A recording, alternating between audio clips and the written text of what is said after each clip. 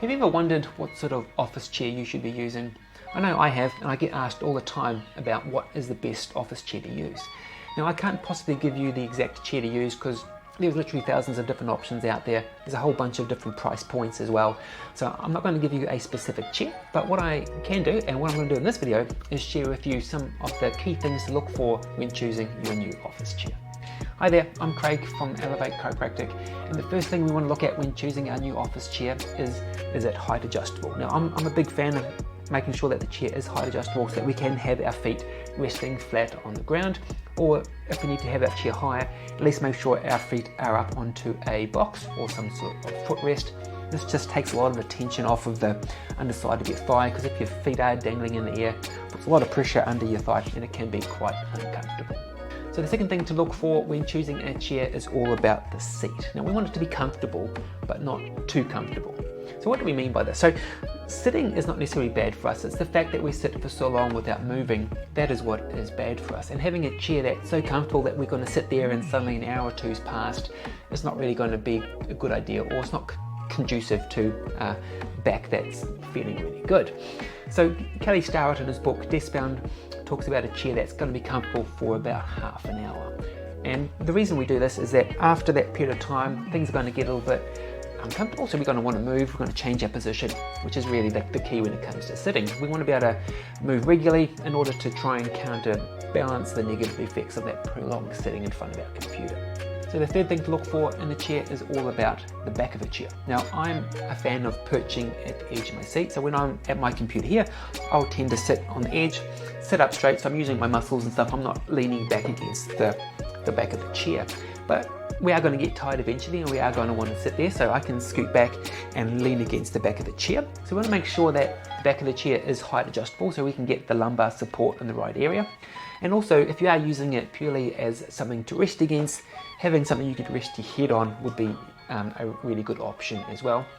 Not compulsory, but it is something to add to it if you are thinking about a chair that you can actually rest back, take some of that tension off of your neck and shoulders. So the fourth thing to look for is all about armrests. Now, I'm not really a fan of armrests myself personally, but if you like them, great. Just make sure that they're in a nice height so our shoulders aren't shrugged up, resting on them in a nice neutral position.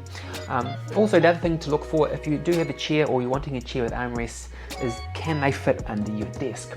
The reason we do this is to have that good ergonomics is we need to be close to our desk so that our keyboard is close to us, so we're in this nice 90-degree position here. But if we have armrests that bang into our desk and we have to sit back here, suddenly our shoulders aren't going to be in a good position, and you're going to be more prone to getting that neck tension, shoulder tension, tightness, and potentially headaches and those types of things. So armrests can be good. Make sure that they are in a nice height, and make sure they can fit under your desk so we can actually get into that good sitting position. So the other thing to consider here is I'm always asked about using an exercise ball or a Swiss ball. Now, they are a great idea. They're going to add that movement. It's going to make you use your muscles. Fantastic from a back and movement point of view. But you are going to get tired, and eventually if you do get tired, you're going to end up collapsing and falling down into that rounded position. So when that happens, we then want to get rid of the ball and sit back into a chair potentially.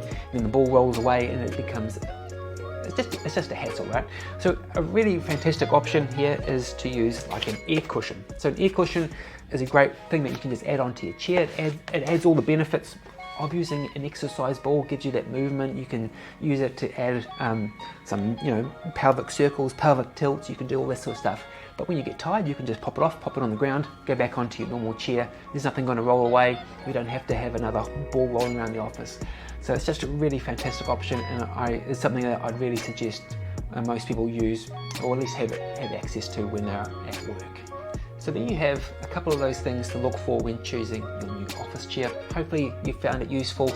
If you have, please make sure you hit the like and subscribe button. That way you're not going to miss out on future content. And of course, if you do have any questions, please comment down below. I'll do my best to answer those for you. I'm Craig from Chiropractic. Thanks for watching. See you soon. Bye.